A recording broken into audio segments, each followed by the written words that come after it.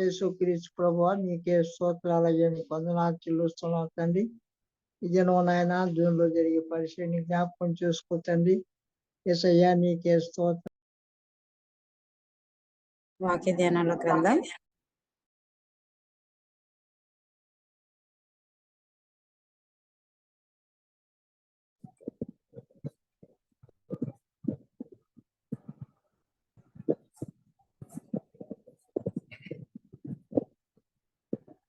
దేవునికి మహిమ కలుగును గాక.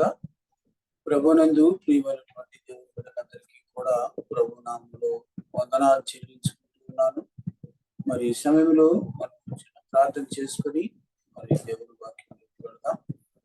ప్రేమగల మా తండ్రి దేవ యేసయ్య మీకే స్తుతులు స్తోత్రాలయ్యా, వందనాలు చెల్లించుకుంటున్నాం.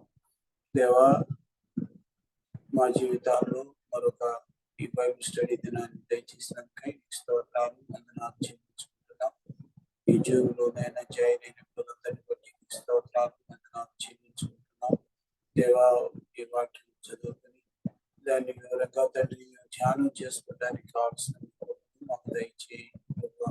పరిశుద్ధాత్మ దేవుడుగా మాతో నుండి మాలో బలహీన నుండి నిష్ప్రయోజకుడైనటువంటి నన్ను కూడా మీ కృపలో జ్ఞాపకం చేసుకొని వాగ్దాన శక్తిని బట్టి మీ ఆత్మని బట్టి ఈ వాక్యము ప్రకటించడానికి సహాయం చేయండి. ఆటంకపరిచే అంధకార శక్తులను సాధారణ నజరేయుడైన యేసు నామములో బలపరచండి. మీ నామానికి మహిమ ఘనత ప్రభావాలు మరోసారి చేర్చిన పిల్లలందరినీ బట్టి స్తుతిస్తూ యేసు నామములో స్తుతించి ప్రార్థిస్తున్నాము పరమ తండ్రి, ఆమేన్. మరోసారి మీకు అందరికీ ప్రభు నామములో వందనాలు. మరి మనము ఇంతవరకు 5 ఎపిసోడ్స్ మనం ఈ యొక్క యోహాను రాసిన మొదటి పత్రికలో మొదటి అధ్యాయంలో మనము 5 భాగాల్లో 5 ఎపిసోడ్స్ లో మనము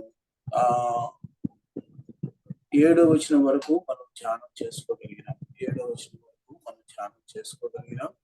మరి ఈ దినాన 8, 9, 10 వచనాలు మనము చదువుకొని అలాగున అందులో ఉన్నటువంటి దేవుని యొక్క మర్మాలను సత్యాలను మనం ధ్యానం చేసుకున్నాం ద్వారా ఈ సమయంలో బైబిల్ ఉన్నవారు ఈ యొక్క యోహాను పత్రిక మొదటి అధ్యాయము 7, 8, 9, 10 వచనాలు 3 వచనాలు 8, 9, 10 వచనాలు చదువుకొని మనము పాపము లేని వారమని చెప్పుకుని ఎడల మనల్ని మనమే మోసపుచ్చుకుందాము, మరియు మనలో సత్యం ఉండదు. మన పాపములను మనం ఒప్పుకుని ఎడల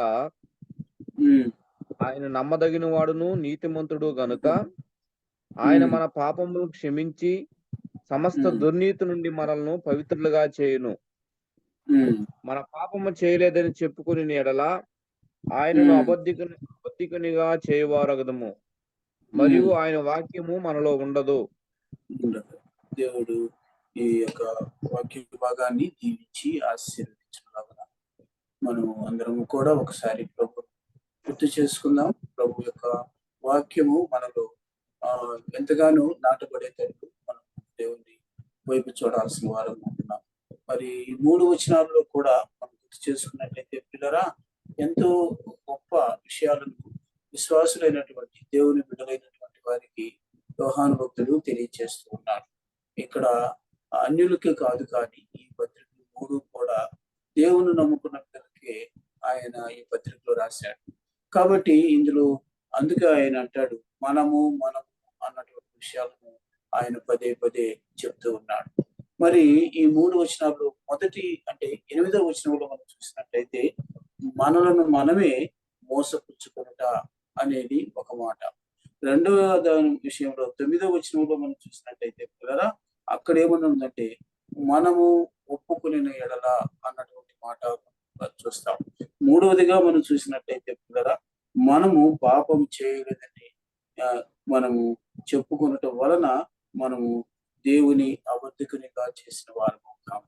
ఇంత దీర్ఘంగా కూడా లేకపోయినా మనము పాపం చేయలేదని చెప్పుకుంట చాలా పొరపాటు అన్నటువంటి విషయాన్ని కూడా మనం చేసుకోవాల్సిన వారు.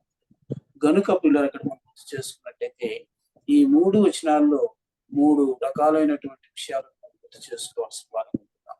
ఎందుకని నేనంటే మనము ప్రభువుని ఎరిగాము, ప్రభువులో కొనసాగుతున్నాము. అలాంటి మనము దేవుని ఎడల మనం కలిగి ఉండవలసినటువంటి విషయాలు, లక్షణాలను ఇక్కడ ఆ భక్తుడు యోహాను తెలియజేస్తున్నాడు. ఏమిటి మొదటిదిగా అంటే మనలను మనమే మోసపుచ్చుకున్నట అన్నటువంటి విషయాన్ని మనం గుర్తు చేసుకుంటే అక్కడ చదవబడినటువంటి వాక్య భాగంలో మనం చూసినప్పుడు మనము పాపము లేని వారిని చెప్పుకుని ఎడల మనము మనమే మోసపుచ్చుకున్నాము అన్నటువంటి విషయాన్ని మనం గుర్తు చేసుకుంటున్నాం. అంతేకాదు మనలో సత్యం ఉండదు అంటున్నాడు. సత్యము అంటే యేసు ప్రభు ఉంటాడు అనేది కదా, లేకపోతే పరిశుద్ధాత్ముడు ఉంటాడు అనేది. కాబట్టి ఏమి ఇక్కడ ఈ మోసపుచ్చుకోవడం అనేది మనల్ని మనమే చేసుకుంటూ ఉన్నాం. ఎవరో కాదు మనల్ని మోసపుచ్చేది ఈ విశ్వాస జీవితంలో. ఎవరో అంటే మనల్ని మనమే. ఏమి ఎందుకని అని అంటే అక్కడ రాయబడిన మాట ఏమిటంటే పాపము లేదని చెప్పుకోవటం. పాపము లేదని చెప్పుకున్న ఎడల కదండి, మనలో పాపము లేదని మనం చెప్పుకున్న ఎడల మనల్ని మనమే మోసపుచ్చుకుంటున్నాం. అక్కడ సాతానుడు పక్కన పెట్టు, ఇతరులను దేవుడిని ఎరగని వారిని పక్కన పెట్టు, సహ విశ్వాసులను పక్కన పెట్టు, మనకు మనమే మనం మోసపుచ్చుకున్న వారు. ఈ మోసపుచ్చుకునేటటువంటి స్థితిని మనకు రాకూడదనేది మరి మనం గుర్తు చేసుకోవాలి. ఎందుకని నేనంటే కొంతమంది అనుకుంటారు నేనేం తప్పు చేసినానని, నేను పాపాత్ములని అనుకోవాలి అని ఒకటి తత్వంతో కొంతమంది అంటారు. దీన్నే స్వనీతి అంటారు కదా. అలాంటి పరిస్థితుల్లో దేవుని వాక్యం ఏది సెలవిస్తుంది అన్నటువంటి విషయాన్ని మనం గుర్తు చేసుకోవాల్సిన వారు పిల్లల.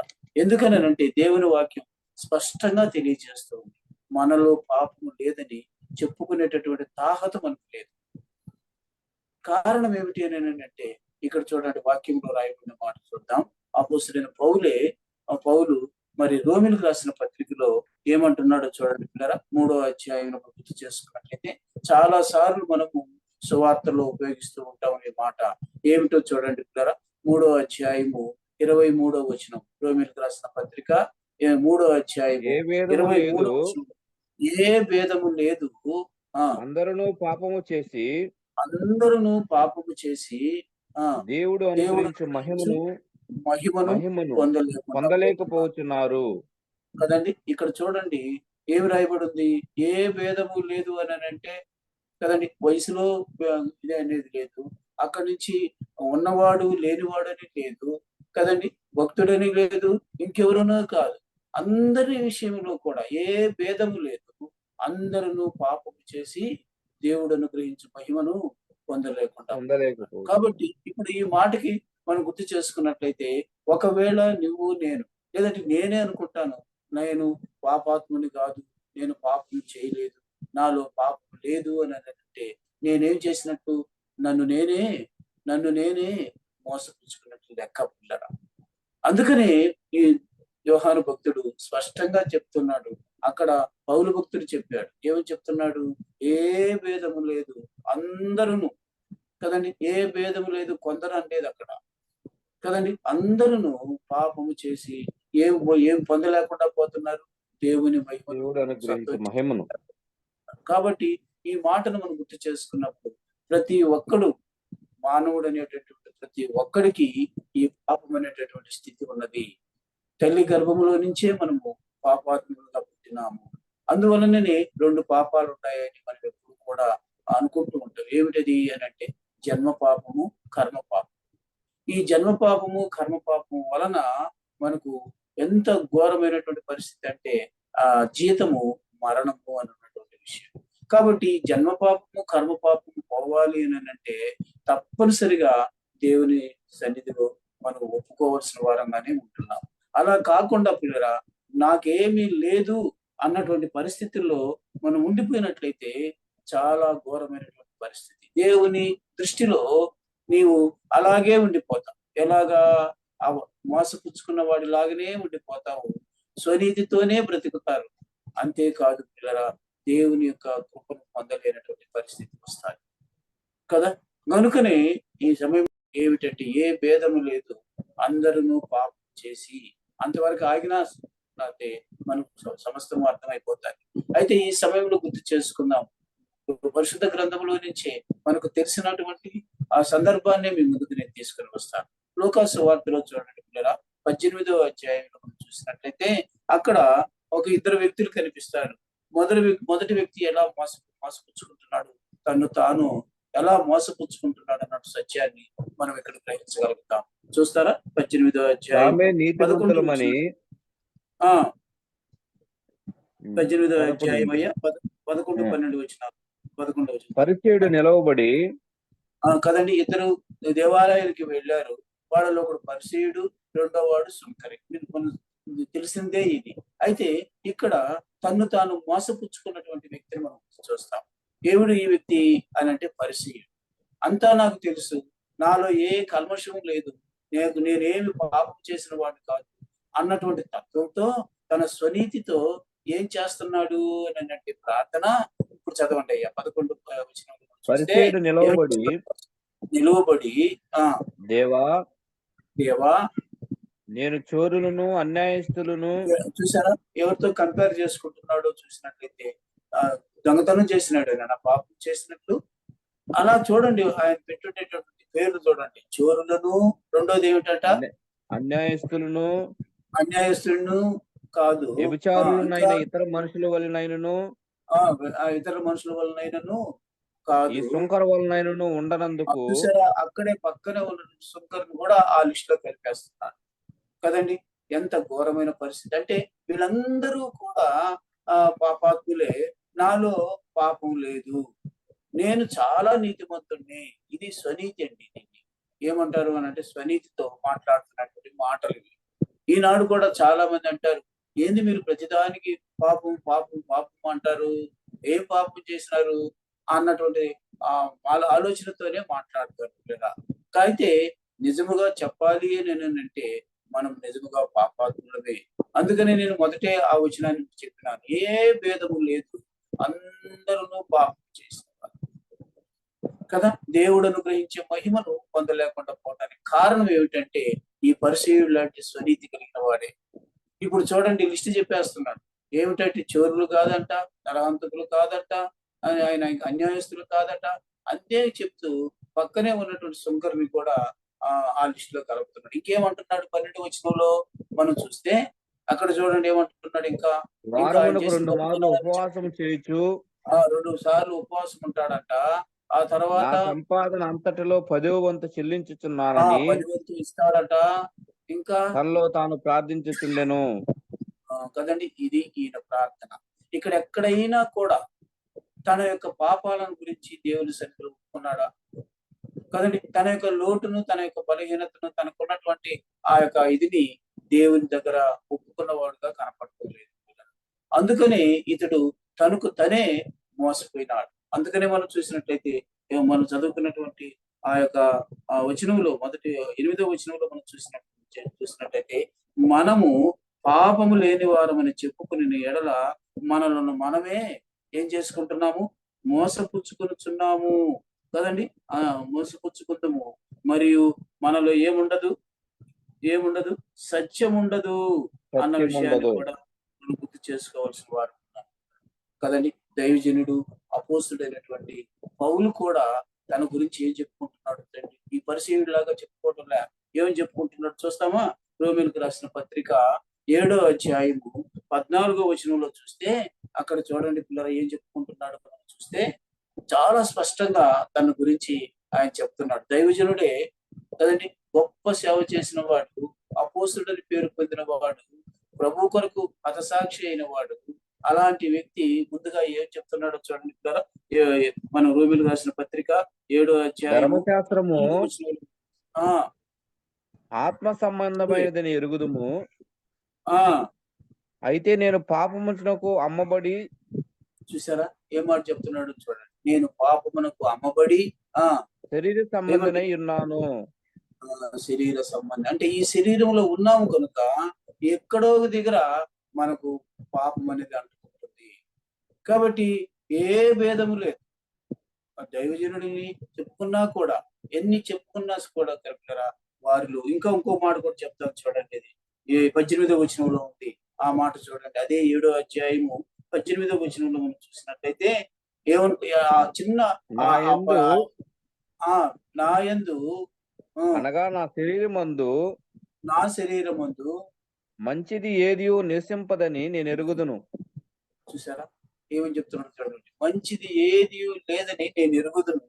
ఇంకా ఏమంటున్నాడు? మేలైంది చేయవలననే కోరిక నాకు కలుగుచున్నది కానీ కలుగుతున్నది గాని ఏం దాన్ని చేయలేకపోతున్నాడు, చేయుటకు నాకు కలుగుటలేదు. జ్ఞాపకం చేసుకుందాం.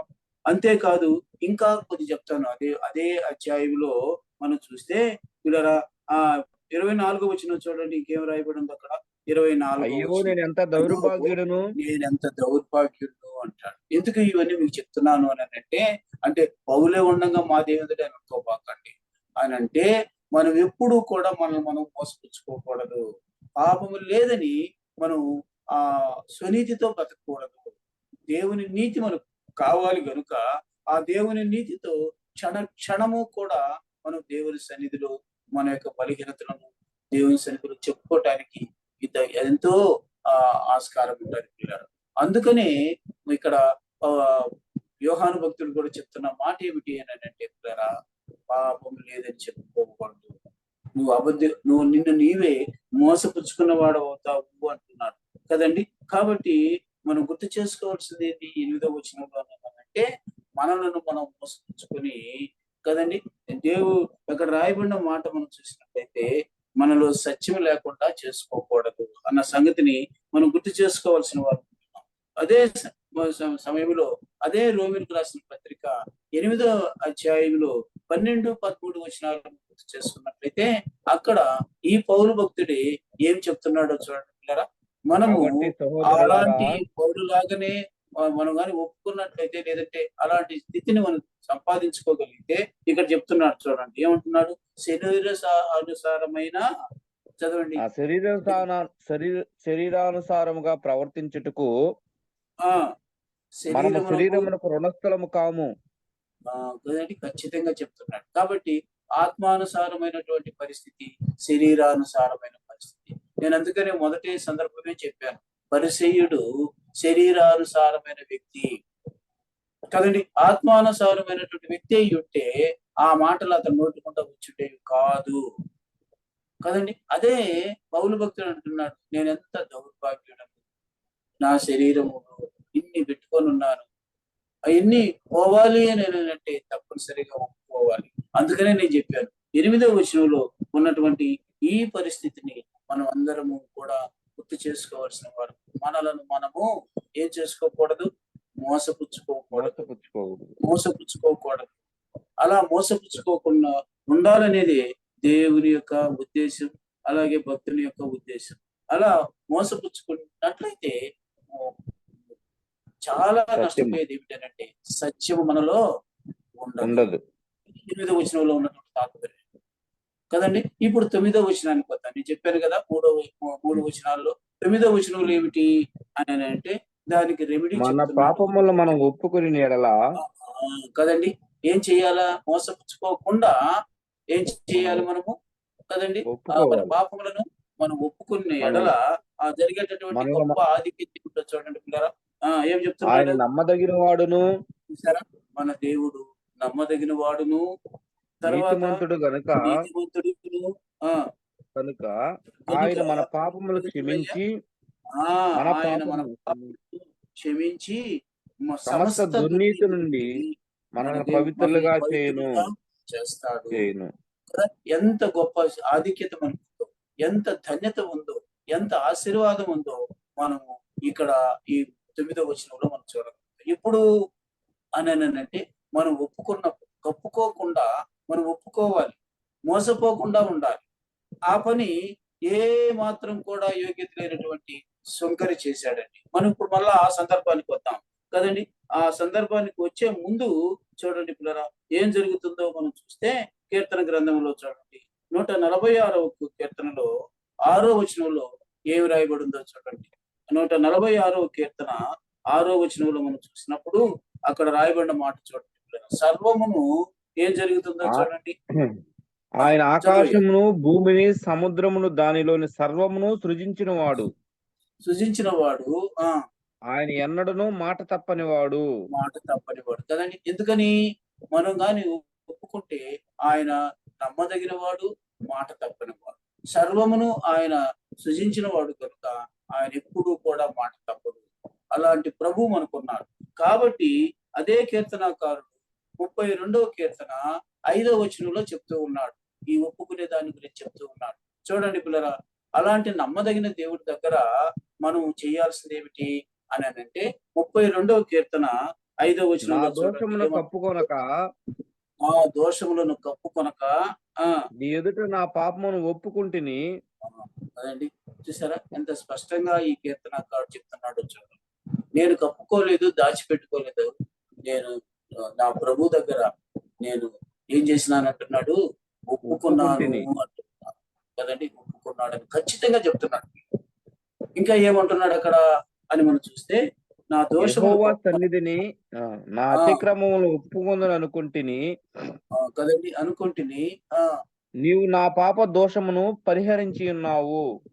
చూసారా పిల్లరా, మనసులో కలిగిందో లేదో ఎవరికి, ఈ భక్తుడికి, ఈ కీర్తనాకారుడికి ఏమని, నా అతిక్రమములన్నీ ఒప్పుకోవాలనుకున్నాను అన్నానంటే అప్పటికే దేవుడు ఏం చేశాడో తెలుసా, ఆ వ్యక్తి యొక్క పాపాలను పరిహరించేసినాడు.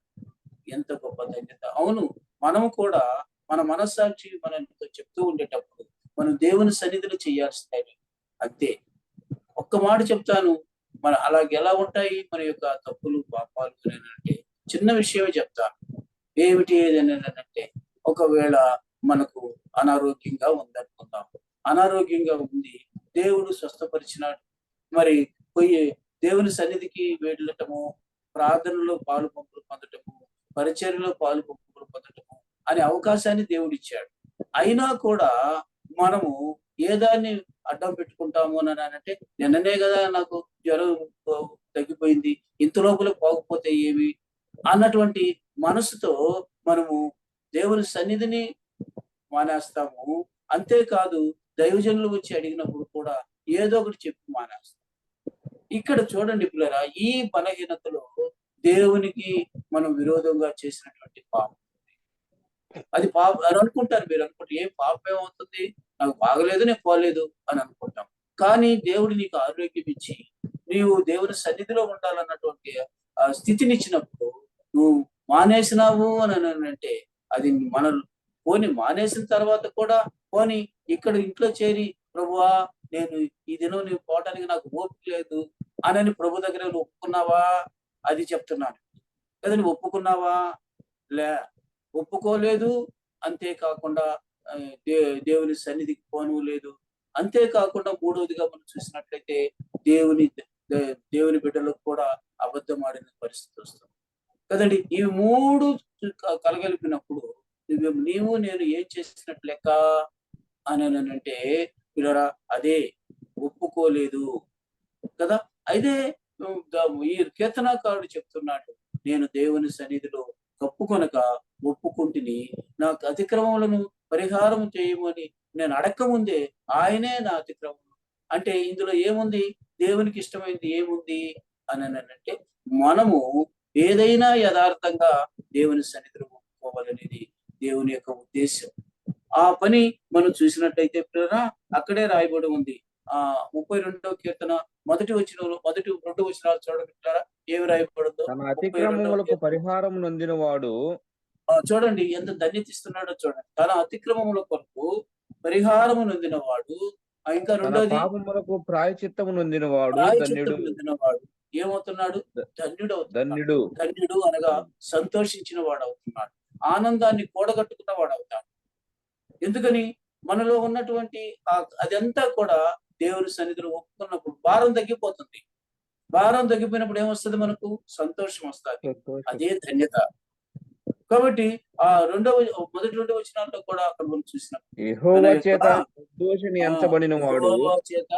నిర్దోషి అనబడిన వాడు ధన్యుడు. ఆత్మలో కపటము లేని వాడు ధన్యుడు. కపటం ఉండకూడదు. ఇంకా కపటం ఉంది అని అంటే నువ్వు దాచిపెట్టుకున్నట్టే లెక్క. నేనైనా అంతే, నాలో నేను నా ప్రభు దగ్గర నేను ఒప్పుకోకపోతే నాలో కపటం ఉందని లెక్క కదండి. అందువలన నాకు వచ్చేటటువంటి నష్టం ఏమిటి అని అంటే, దేవుడిచ్చేటటువంటి సంతోషాన్ని నేను పొందలేదని లెక్క. అందుకనే చెప్తున్నాను పిల్లలు, ఇక్కడ గుర్తు చేసుకున్నట్లయితే ఒప్పుకున్నట్టు వలన వచ్చే ధన్యత చాలా గొప్పది, ఏ విషయంలోనైనా సరే. కాబట్టి మనం గుర్తు చేసుకోవాలి. అందుకనే మనం ఇప్పుడు మరలా లూకాసు వార్త 18వ అధ్యాయంలోకి వెళ్ళినట్లయితే ఆ యొక్క సందర్భంలో రెండో వాడు ఏం చేస్తున్నాడో చూడండి పిల్లరా. ఏం అయితే చేస్తున్నాడు? సుంకరి దూరముగా నిలుచుండి 18:13 కదయ్యా. లూకాసు వార్త అవును. 18:13. చూడండి ఏం చెప్తున్నాడు చూడండి. మొదటి వ్యక్తికి ఈ రెండో వ్యక్తికి ఉన్నటువంటి తేడా చూడండి పిల్లరా ఎలాగుందో. అతడు ఏం చేసినాడు? తను తానే మోసపుచ్చుకున్నాడు. అయితే రెండో వాడు ఏం చేస్తున్నాడు? సుంకరి అని అంటే చదువయ్యాడు. ఏమి రాయబడి ఉందో అయితే చూడండి. సుంకరి దూరముగా నిలుచుండి అయితే సుంకరి దూరముగా నిల్చుండి ఆకాశం వైపు కన్నులెత్తటికైనను ధైర్యము కదండి, చాలక ఆకాశంలో ఎవరున్నారు? ఎందుకని ఆకాశం చూడటానికి అతను భయపడ్డాడు అంటే ఆకాశం అందు మన ప్రభు సింహాసనాసీనుడై ఉన్నాడు కదండి. అది కనిపించింది అతనికి, అది తెలిసింది అతనికి. అందుకని ఆకాశం ముందు మన పాట కూడా పాడతాం కదా, సింహాసనాసీనుడా అన్నటువంటి పాట. కాబట్టి అక్కడ ఉన్నటువంటి ప్రభు వైపు చూడటానికి కూడా అతనికి ధైర్యం చాలా. ఒకవేళ చూసినా రొమ్ము కొట్టుకుంటూ ఉన్నాడు. ఏమంటున్నాడు చూడయ్యా, ఒక మాట, చిన్న రొమ్ము మాట అన్నాడు. కొట్టుకొనుచు ధైర్యము చాలక రొమ్ము కొట్టుకొనుచు దేవా పాపినైన నన్ను కరుణించమని పలికెను. ఎవరు చెప్పారండి అతనికి? ఒకసారి చెప్పండి. నువ్వు పాపివని ఎవరన్నా ఏలెత్తి చూపించారు అతనికి? ఎవరు చెప్పలా. కానీ తన మనస్సాక్షి ఒప్పుకునేటట్టు చేసింది కదండి. అదే ఆత్మానుసారమైనటువంటి మనస్సు ఉన్నవాడు తప్పనిసరిగా పౌలు వలె నేనంత దౌర్భాగ్యుడిని అని ఒప్పుకున్నట్లు రీతిగా తిమోతికి రాసిన పత్రికలో కూడా మనం చూసినట్లయితే ఎలాంటి వాడని చెప్పినాడు? దోషకుడును, హింసకుడును, హానికరుడును, పాపులలో ప్రధానుడునని మళ్ళా ఇంకొక ముందుకు పోతే కదా.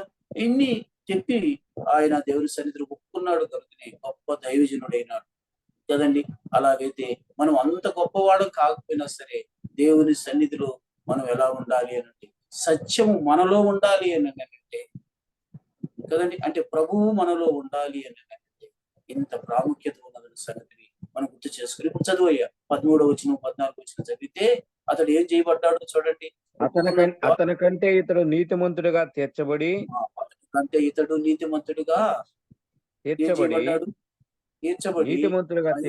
తన ఇంటికి వెళ్ళినని మీతో చెప్తున్నాను. దుర్నీతితో వచ్చాడు కదండి, స్వనీతితో వచ్చాడు. అయితే ఎప్పుడైతే దేవుని వైపు చూసి తనను పాపినైనా నన్ను కరుణించమని అన్నాడో ఇప్పుడు అంతా మారిపోయింది పిల్లరా. అదే కదా మనం చూసినట్లయితే ఆ 9వ వచనంలో మనం చూసినప్పుడు ఆయన నమ్మదగిన వాడును నీతిమంతుడు కనుక ఆయన మన పాపములను క్షమించి సమస్త దుర్నీతి ఆ మాట కోసమయ్యా. సమస్త దుర్నీతి, స్వనీతి ఉంది అందులో కదండి, మోసపుచ్చుకోవటం ఉంది అందులో కదండి, ఇతరులని చిన్నచూపు చూడటం ఉంది అందులో, కపటం ఉంది అందులో, దాచిపెట్టుకున్నటువంటిది అంది. ఇవన్నీ దుర్నీతి. ఈ సమస్తమైన దుర్నీతి నుండి మనం ఏం చేస్తాడు? ఆయన ఎంత గొప్ప పని చేస్తాడు? పవిత్రులుగా చేస్తాడు. కాబట్టి క్షణము పిల్లలని చెప్తున్నాను, క్షణము నేనైనా మనమైనా అందరము కూడా దేవుని సన్నిధిలో మనం చేసినటువంటి చిన్న పొరపాటును కూడా ఒప్పుకోవాల్సిందే. నువ్వు 10 మందిలో వచ్చి బాగా ఓదాల్సిన అవసరం లేదు. ప్రభు దగ్గర నువ్వు బాగా ఉంటే చాలు కదా. అందుకనే యేసు ప్రభు శిష్యులకు చెప్పాడు. ఏమి చెప్పాడో తెలుసా? ప్రార్థన చేయటం ఎట్లాగో చెప్పాడు. చూసారా ఎలాంటిదంట? నువ్వు గదిలోనికి వెళ్ళి తలుపు వేసుకొని కదండి, రహస్యమందున్న నీ దేవుడు నీ ప్రార్థన ఆలకించేటట్టు ప్రార్థన చేయమన్నాడు. ఎక్కడంట కదండి? రహస్యమందున్న దేవుడు మన ప్రార్థన ఆలకిస్తాడని మత్తయి సువార్తలో చూస్తాం కదా, 7వ అధ్యాయంలో ఉంటారు కదా. కాబట్టి జ్ఞాపకం చేసుకున్నాం ఈ సమయంలో. అలాగా మన దేవుడు మన విషయంలో, అందుకనే ఏకోజామున ప్రార్థన చాలా గొప్పదండి. అందులో ఎంతో గొప్ప విషయాలను మన దేవుని సన్నిధిలో మనము ఒప్పుకోవచ్చు, అలాగే ఆయన దగ్గర నుంచి మనం పొందొచ్చు. అందుకనే వేకోజాము ప్రార్థన చాలా శ్రేష్టమైనదని నేను ఒప్పుకుంటున్నాను. అలాగే ఆ ప్రార్థన కూడా అలాగే ఉంటాయి. కాబట్టి అలాగైతే ఇది అతిశయం కాదు, కానీ దేవునిలో నాకున్నటువంటి అతిశయాన్ని మీ ముందు చెప్తున్నాను. కనుక పిల్లరా, ఇక్కడ మనం చూసినట్లయితే ఇక్కడ ఆ యొక్క సుంకరి ఎలాగా ఈనాడు ఒకసారి ఆలోచన చేసినప్పుడు, నేను పాత నిబంధనలో ఒక రాజుని మీ ముందుకు నేను తీసుకుని వస్తాను. చూడండి పిల్లరా, ఆ పాత నిబంధనలో గుర్తు చేసుకున్నట్లయితే దినవృత్తాంతాల గ్రంథం మనం చూసినట్లయితే అక్కడ 33వ అధ్యాయంలో మొదటి 6 వచనాలు మనం చదివితే అక్కడ ఒక రాజు ఉంటాడు. అతని పేరు మనష్షే. ఈయన హిజ్కియా కుమారుడు. ఇంకా కొంత వివరంగా చూడాలి అంటే ఇతడు 12 సంవత్సరాలకే రాజైనాడు. రాజైనటువంటి ఈ వ్యక్తి ఏం చేశాడో చూడండి. మొదటి 6 వచనాలు చదువుకుందాం. చక్కచక్కా చదివేసి మొదటి గ్రంథం రెండో గ్రంథం రెండో దినవృత్తాంతాల గ్రంథం 33వ అధ్యాయం మొదటి 6 వచనాలు. 33వ అధ్యాయం మొదటి మనిషి ఏలన ఆరంభించినప్పుడు చూసారా, మనిషి ఏలన ఆరంభించినప్పుడు ఎంత వయసు? 12 ఏళ్ల వాడై. ఎంత? 12 ఏళ్ల వాడు. అంటే మైనరే, మేజర్ కూడా కాదు. దేవుడు అతనికి అంత స్థితిని ఇచ్చినాడు. 12 ఏండ్ల వాడై చకచక చదవండి. 55 సంవత్సరములు ఏలెను. ఎన్ని సంవత్సరాలంట? 12 ఏళ్ళకి రాజు అయింది, 55 సంవత్సరాలు ఏలినాడంట. ఆ తర్వాత ఇతడు ఇశ్రాయేలు ఎదుటి నుండి యెహోవా ఎల్లగొట్టిన అన్ని జనులు చేసిన హేయ క్రియలను అనుసరించి. చూడండి ఈయన చేసిన పనులు చూడండి ఎట్లా ఉన్నాయో. చదువయ్యా. యెహోవా దృష్టికి చెడు నడిచినాడు. ఇతడు తన తండ్రిని హిజ్కియా పడగొట్టిన ఉన్నత స్థలములను తిరిగి కట్టించి. హిజ్కియా అన్ని కూడా దేవత ఉన్నతమైన స్థలాలన్నీ పడగొడితే ఈయన ఏం చేశాడంటే మళ్ళీ తిరిగి కట్టాడు. బయలుదేవతలకు బయలుదేవతలకు బలిపీఠములు నిలిపి దేవతా స్తంభములను చేయించి ఆకాశ నక్షత్రములన్నిటిని పూజించి కొలిచెను. ఏమైన పనులు చేస్తున్నాడో చూడండి కదా. ఇంకా మరియు నా నామము ఉందని యెరూషలేమునందు ఏ స్థలమును గూర్చి యెహోవా సెలవిచ్చెనో అక్కడున్న యెహోవా మందిరమందు అతడు ఏం చేసినాడు? బలిపీఠములను కట్టించెను. బయలుదేవతల బలిపీఠాలు కట్టించినాడు. అయ్యో, ఎంత ఘోరమైన పరిస్థితి. ఇంకా మనం చూడండి 5వ వచనంలో చూసినట్టయితే ఆవరణములలో అతడు ఆకాశ నక్షత్ర సమూహమునకు బలిపీఠములు కట్టించెను. బెన్హిన్నీము లోయయందు అతడు తన కుమారులను అగ్నిగుండము దాటించి మహత్తములు విచారించుచు. చూడండి ఇశ్రాయేలు రాజు ఎంత ఘోరంగా ఉన్నాడో చూడండి. తర్వాత ఏం చేశాడు అని మనం చూస్తే ఆయన కర్ణపిశాచములు చిల్లంగితనము వాడికి చేయు మంత్రములను చిల్లంగితనమును వాడుకు చేయు చేయొచ్చు. యెహోవా దృష్టికి బహుగా చెడు నడత నడుచుచు కోపము పుట్టించిన వాడుగా వస్తాం. జ్ఞాపకం చేసుకోండి. ఆ తర్వాత 9వ వచనానికి రండి. 9వ వచనంలో ఏం రాయబడుతుందో చూడండి.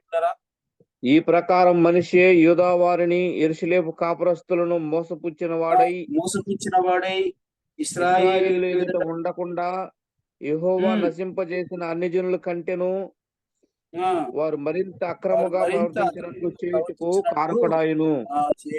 ఇతనే కారణమైనాడు. అయ్యో, ఎంత ఘోరమైన పరిస్థితి చూడండి. ఇశ్రాయేలు రాజే హిజ్కియా కుమారుడే 12 సంవత్సరాలకే రాజ్యాధికారం పొందినాడు. అయితే ఎన్ని భయంకరమైన దేవునికి వ్యతిరేకమైన పనులు చేశాడో చూడండి. ఇప్పుడు దేవుడు ఊరుకుంటాడా? ఈయన చక్కగా తీసుకురావాలి కదా. చూడండి ఇప్పుడు మళ్ళా 11వ వచనానికి రండి.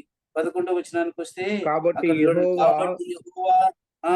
అష్షూరు రాజు యొక్క సైన్యాధిపతులను వారి మీదకి రప్పించెను. ఎవరి మీదకి? మనిషి మీదకి రప్పించాడు. మనిషి తప్పించుకొని పోకుండా వారు అతన్ని పట్టుకుని గొలుసులతో బంధించి అతన్ని బబులోనుకు తీసుకొని పోయి కదండి. ఇంకా మనం చూసినట్టయితే చాలా విధంగా ఇతన్ని తీసుకుని వెళ్ళారు. ఎక్కడి దాకా ఉంది ఈ మాట అంటే 16వ వచనం వరకు కూడా ఉంది. చూడండి పిల్లరా, ఏమి జరిగింది? అలా అతను తీసుకుని వెళితే ఇప్పుడు 13వ వచనం చదివయ్యా దయచేసి. 13వ వచనం మనం ఆయనకు చదివినట్లయితే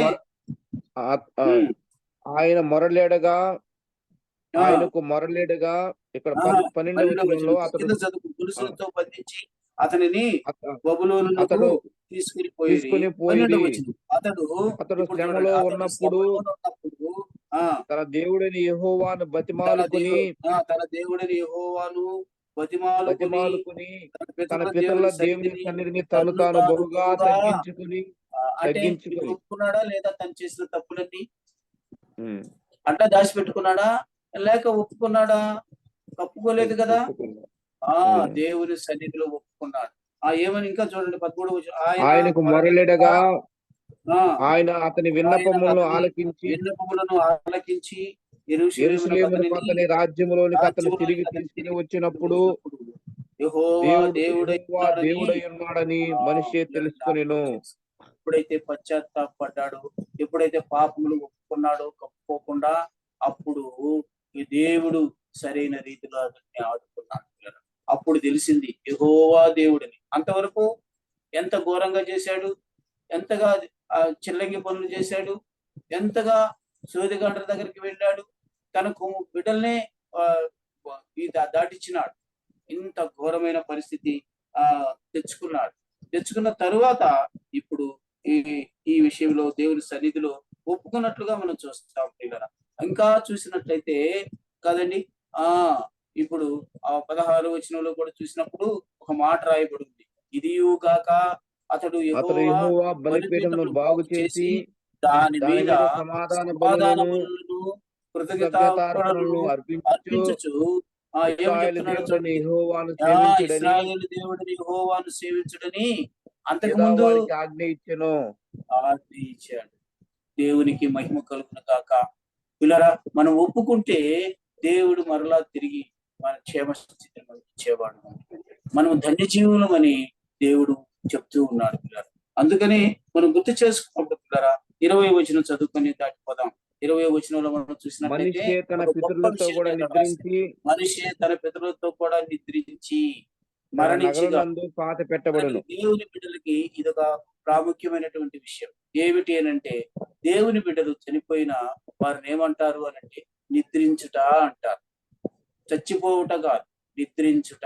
అందుకని ఇక్కడ రాయబడిన మాట చూస్తే, మనిషి తన పితరులతో కూడా నిద్రించి తన నగరునందు పాతి పెట్టబడిన కుమారుడైన ఆమోను అతనికి మారుగా రాజు ఆయను జనిపించినాను అని అంటే, ఒకప్పుడు ఎంతో భయంకరమైన పరిస్థితిలో ఉన్నవాడు దేవుని సన్నిధిలో ఒప్పుకున్న దాన్ని బట్టి దేవుడు తిరిగి అతన్ని తన బిడ్డగా చేసుకున్నాడు.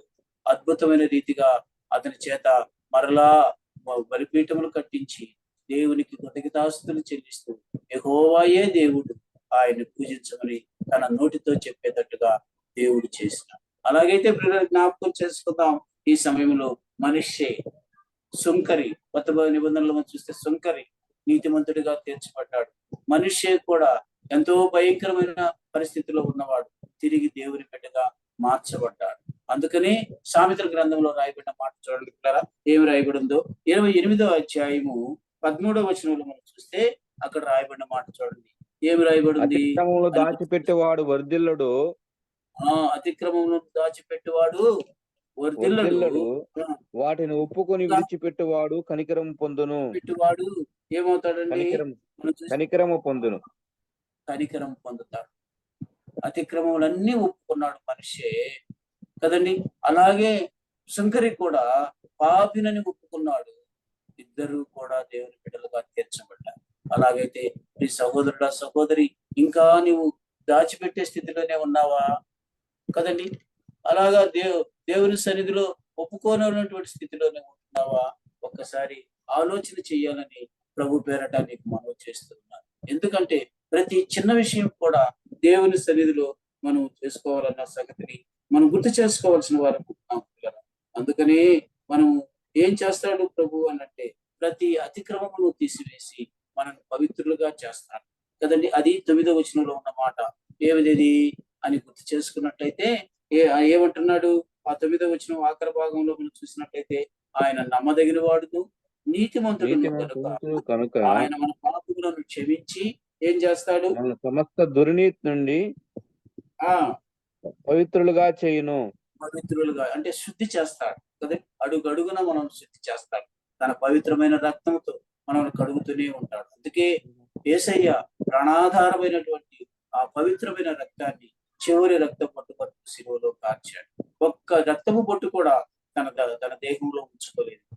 అందుకని ఒక దగ్గర రాయబడిన మాట, ఒక సైనికుడు వచ్చి ఈ పక్కలో బల్లెపు పోటు పొడిస్తే ఏమొచ్చినది అంటే రక్తమును నిప్పును వచ్చినాయి అని.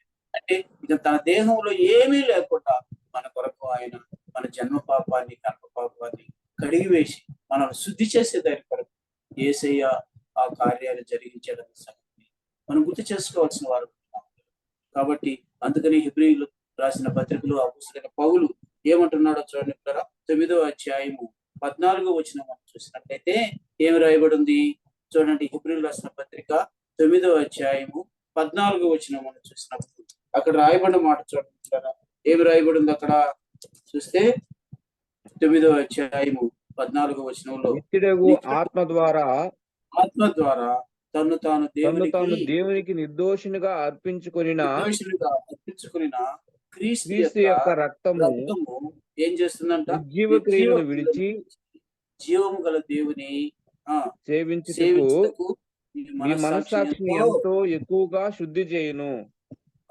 ఏం చేస్తుందంట? శుద్ధి చేస్తుంది కదా.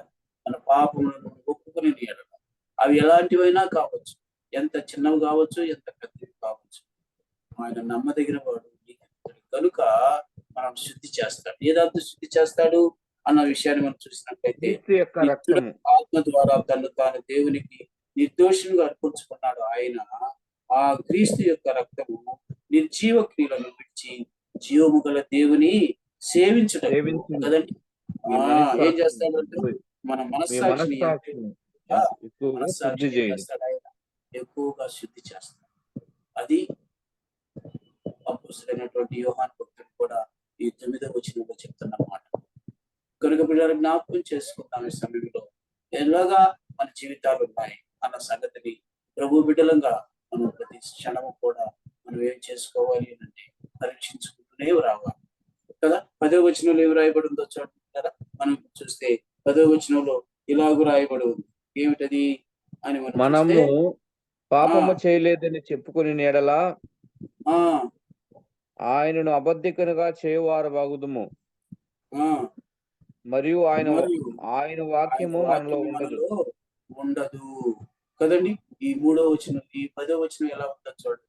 నేను మొదటే చెప్పాను ఏమిటది? మనల్ని మనం మోసపుచ్చుకున్న వారు మాత్రం.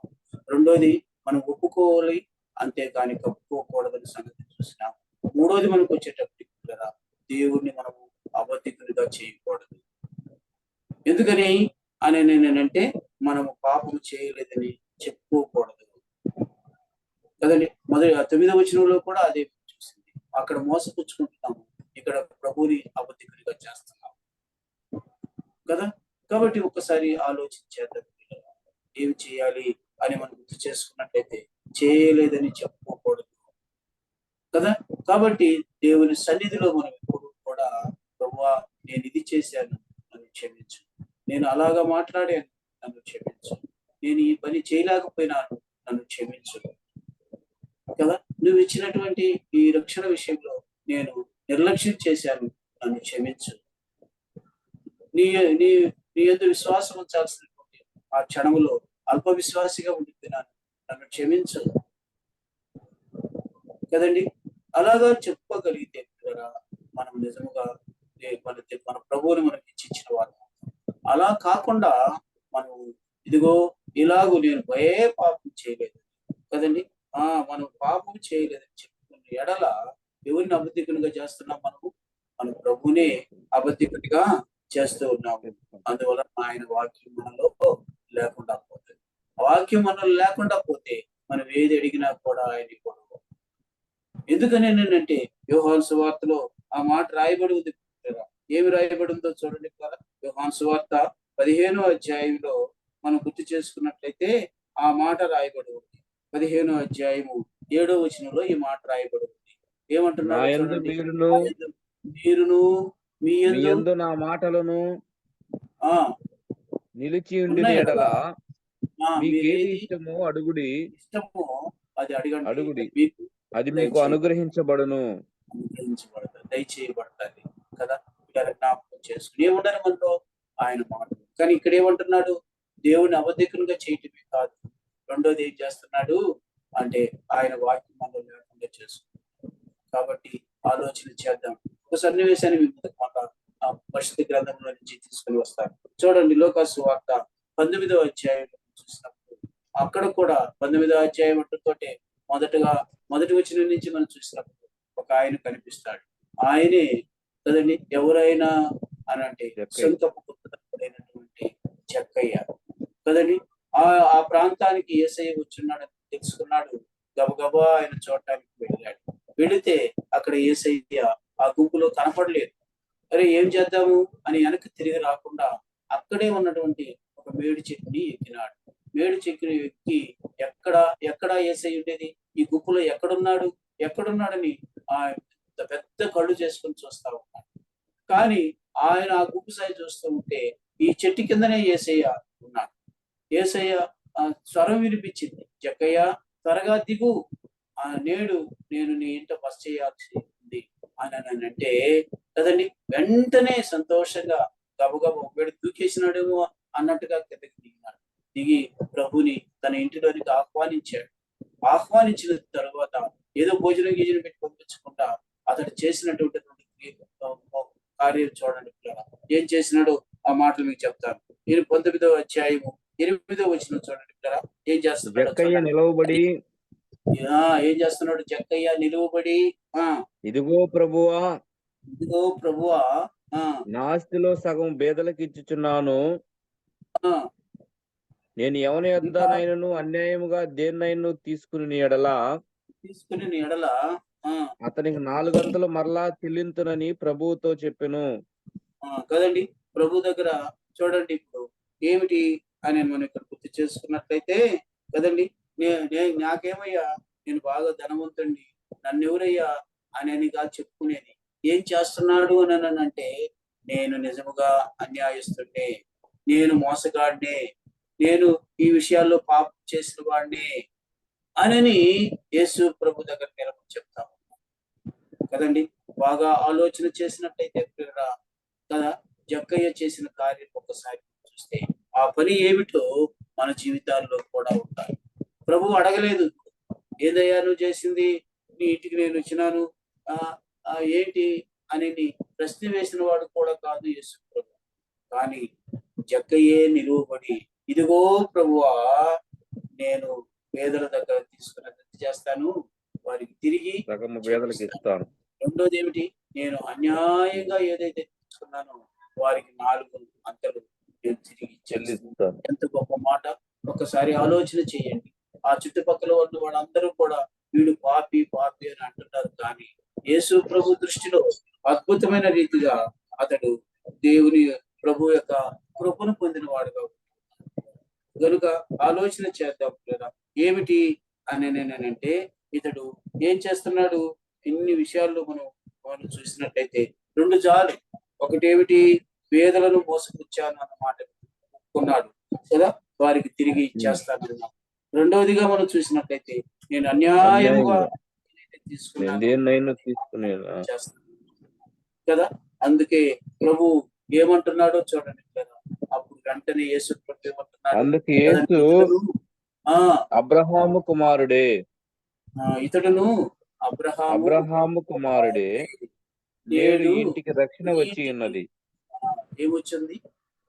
రక్షణ వచ్చి ఉన్నది. ఏ రక్షణ అది అంటే, పరలోకము, ఆ యొక్క నిత్య జీవానికి చేరేటటువంటి అక్కడికి ఆ గొప్ప అధికారాన్ని ఎవరు పొందినారు అని పొందినాడు, ఆయన కుటుంబం పొంది. అందుకే కదా యోహాను సువార్తలో కూడా చూసినట్లయితే, ఎందరైతే ఆ ప్రభువుని సొంత రక్షణ అంటే విశ్వాసం ఇస్తారో వారందరూ కూడా కదండి దేవుని కుమారుడు. ఏమిచ్చినాడు? దేవుడు అధికారం ఇచ్చినాడు కదా, దేవుని బిడ్డలవడానికి అధికారం ఇచ్చినాడు. మనకు యోహాను సువార్త 1వ అధ్యాయంలోనే ఈ మాట రాయబడింది. అలాగైతే జక్కయ్య కదండి, ఆయన సొంకపు గుత్తదారుడు, సొంకరి అనే పేరు ఆ ఊర్లో ఉన్న యేసు ప్రభు నోటి నుండి వచ్చిన మాటలను బట్టి ఆ పరలోక రాజ్యానికి ఆయన అర్హత పొందినాడు. దేవుని బిడ్డ అన్నటువంటి అధికారం కూడా పొందినాడు. కనుక పిల్లల జ్ఞాపకం చేసుకున్నాం, ఆత్మానుసారమైనటువంటి ఆ గొప్ప స్థితిని ఎవరు పొందినారు అని అంటే జక్కయ్య పొందినాడు. చూస్తారా, గలతీయులకు రాసిన పత్రిక చేసుకుంటే ఆ మాట చూద్దాం. గలతీయులకు రాసిన పత్రిక 5వ అధ్యాయం 16-17 వచనాల్లో మనం గుర్తు చేసుకున్నప్పుడు ఎంత గొప్ప స్థితిని దేవుడు మనకు ఆత్మానుసారంగా ఇస్తాడో ఆలోచన చేద్దాం. చూడండి, గలతీయులకు రాసిన పత్రిక 5వ అధ్యాయము 16-17 వచనాలు. గలతీయులకు రాసిన పత్రిక 5వ అధ్యాయం 16-17 వచనాలు. నేను చెప్పినది ఏమనగా పౌలు భక్తుడు ఆత్మానుసారముగా ఆత్మానుసారముగా నడుచుకునుడి కదండి, ఆత్మానుసారముగా నడుచుకునుడి, అప్పుడు మీరు శరీరేచ్ఛను నెరవేర్చరు. కదండి, అప్పుడు ఏం చేయాలంట, మనం ఏం చేయమంట, శరీరేచ్ఛను నెరవేర్చరు. శరీరము ఆత్మకును ఆత్మ శరీరమునకు విరోధముగా అపేక్షించును. ఇవి ఒకదానికి ఒకటి వ్యతిరేకంగా ఉన్నవి గనుక మీరు ఏమి చేయించుదురో వాటిని చేయకుందురు. కదండి, ఈ మాట చాలా ఎంత గొప్ప స్థితి. ఒక్కసారి మనం ఆలోచన చేసినట్లయితే, ఆత్మానుసారముగా మనం ముందుకు సాగినట్లయితే ఏదైతే చేయకూడదనుకున్నామో అది చేయకుండా ఉంటాం కదండి. శరీరానుసారంగా మనం చేస్తే మనం ఆ పని చేయలేము. ఇప్పుడు చూడండి, బాగా సంపాదించిన ఎవరు కదండి, జక్కయ్య, ధనవంతుడైన జక్కయ్య. అయితే ఎప్పుడైతే దేవుని యొక్క ఆత్మచేత నడిపింపబడుతున్నాడో వెంటనే అతడు ఏం చేస్తున్నాడు అంటే, నేను అది చేయలేదయ్యా అనని ఆ మాట చెప్పలే ఆయన. దేవుని అబద్ధికుడిగా చేయలే ఆయన. ఏం చేసినాడు అని అంటే, లేచి నిలబడి దేవుని ఎదుట, ప్రభు ఎదుట, ప్రభువా, నేను ఏదైతే పేదలను ఇబ్బంది పెట్టి తీసుకున్నానో దాన్ని అంతా పేదలకు ఇచ్చేస్తాను కదండి. ఇది ఆత్మానుసారం. చాలా మంది ఇప్పుడు ఒక చిన్న విషయం చెప్తాను, ఏమిటి అని అంటే, సినిమా చూడాలని అనుకున్నాడు కదండి, సినిమా చూడాలనుకున్నాడు, ప్రభుని ఎరిగినాడు కదండి.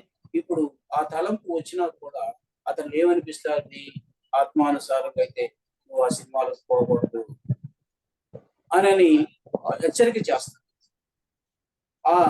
అలాగా పరిశుద్ధాత్ముడు హెచ్చరిక చేసిన తర్వాత ఇంకా ఆత్మానుసారంగా నడుచుకునేవాడు కాబట్టి ఇక నా పని చేయడు.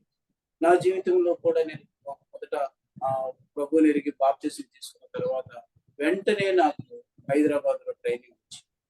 హైదరాబాద్ ట్రైనింగ్ కి వెళ్ళాను.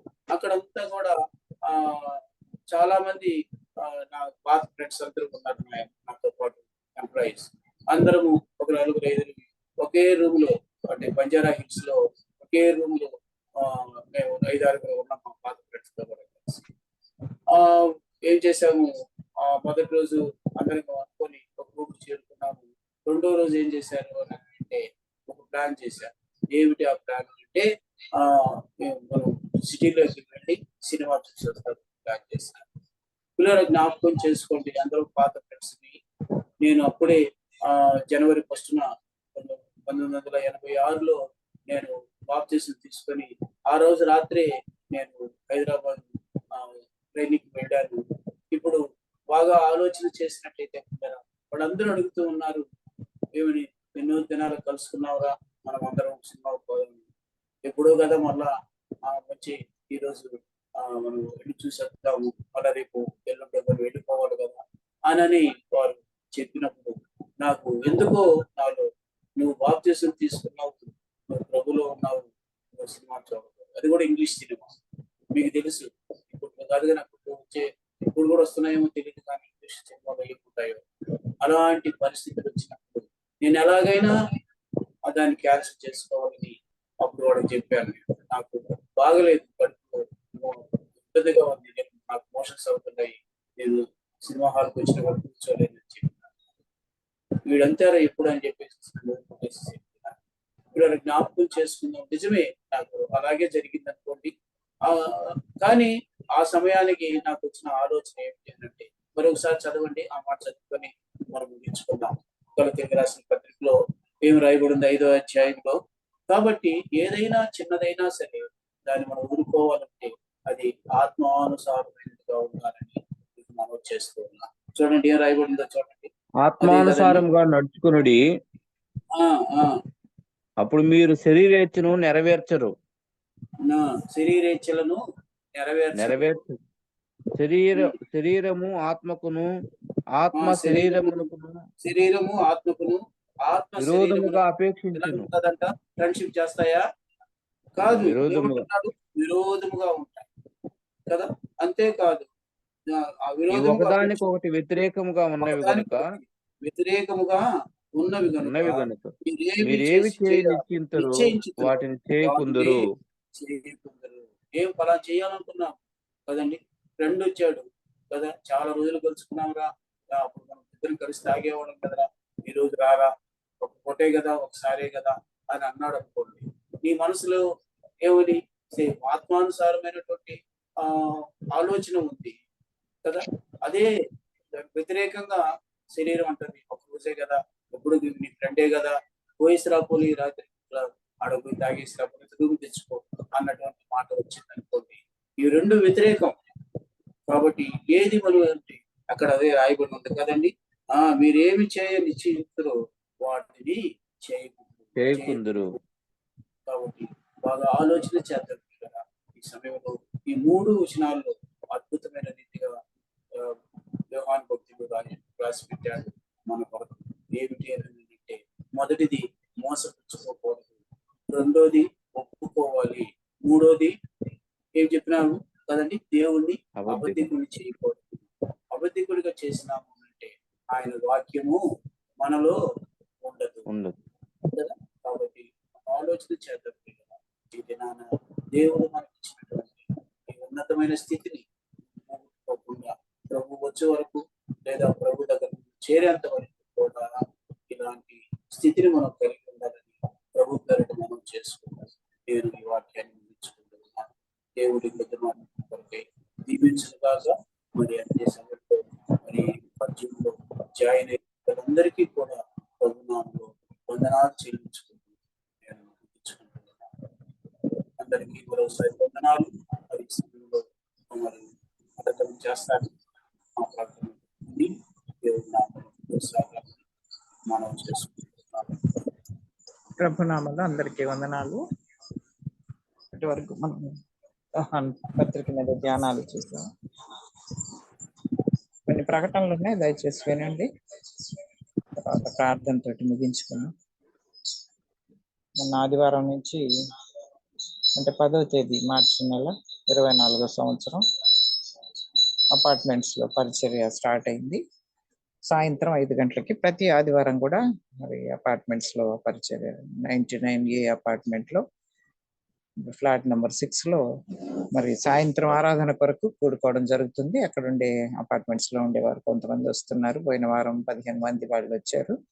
కొంతమంది సేవకులు, తర్వాత ఇక్కడ గాంధీనగర్ సంఘస్థులు కలిసి వెళ్ళడం జరిగింది. అక్కడ ఆ దినాన మొదటిగా ప్రతిష్ఠించుకొని ప్రారంభించుకొని ఆరాధన జరపడం జరిగింది. కాబట్టి ప్రతి ఆదివారం అక్కడ జరిగే పరిచర్య కొరకు మీరు దయతో ప్రార్థన చేయాలని మనం చేస్తున్నాం. ఆ తర్వాత మంగళవారం కూడా ఈరోజు సాయంత్రం కూడా అక్కడ సిస్టర్స్ వెళ్ళి ఒక ప్రేయర్ 1 అవర్ చేసుకొని రావడం అనేది జరుగుతుంది. తర్వాత ముఖ్యంగా మనం గుర్తుపెట్టుకోవాల్సింది రేపు 18వ తేదీ సోమవారం ఉదయం 10 గంటల నుంచి ఉపవాస ప్రార్థన తుంగపాలెం సంఘంలో జరుగుతుంది. కాబట్టి తుంగపాలెం సంఘస్థులు మరి సేవకుడు అన్న ప్రేమరాజన్న, అన్నపూర్ణమ్మ, వారి పిల్లలు మరి సిద్ధపడి ఉండాలి. అదే సమయంలో సంఘస్థులందరూ కూడా ప్రార్థనాపూర్వకంగా సిద్ధపడి ఉండాలని మనవి చేస్తున్నాం. ఇక్కడ గాంధీనగర్ నుంచి కూడా ఉదయకాలమే వ్యాన్ 9 గంటలకల్లా బయలుదేరుతుంది. సిద్ధపడిన వారు రండి. ఇంకా అన్ని సంఘాల నుంచి కూడా ఉపవాస ప్రార్థన కొరకు ప్రార్థన పూర్వకంగా రండి. ఇంకేమైనా స్పెషల్ ప్రేయర్ రిక్వెస్ట్లు ఉంటే కూడా మీరు రాలేకపోయినట్లయితే సంఘ సేవకుల ద్వారా మీరు స్లిప్లో రాసి పంపిస్తే ప్రతి ఒక్కటి కొరకు మనం ప్రార్థన చేయడం అనేది జరుగుతుంది. అనేక విషయాలు దేవుని సన్నిధిలో మనం ప్రార్థన చేయడానికి ఉపవాస ప్రార్థన ఒక మంచి ప్లాట్ఫామ్గా ఉంది. అందరూ కూడా పాల్గొనాలని మనవి చేస్తున్నాం. తర్వాత ఏప్రిల్ నెలలో 8వ తేదీ సోమవారమే వస్తుంది. అది కూడా గాంధీనగర్లో మనకు ఉపవాస ప్రార్థన జరుగుతుంది. ఈ ఉపవాస ప్రార్థనలు అయిన తర్వాత ఎక్కడెక్కడ మనము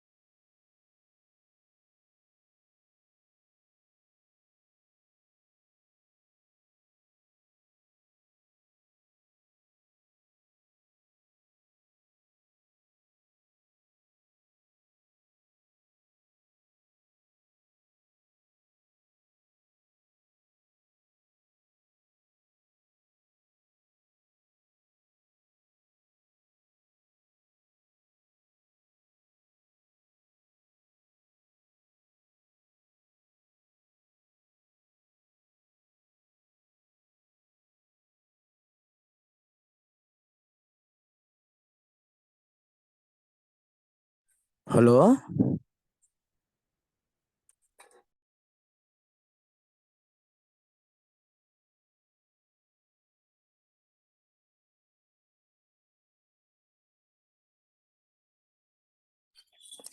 హలో జిరాయా అన్నా ఇదే కట్ అయిపోయినట్టుందా కొలది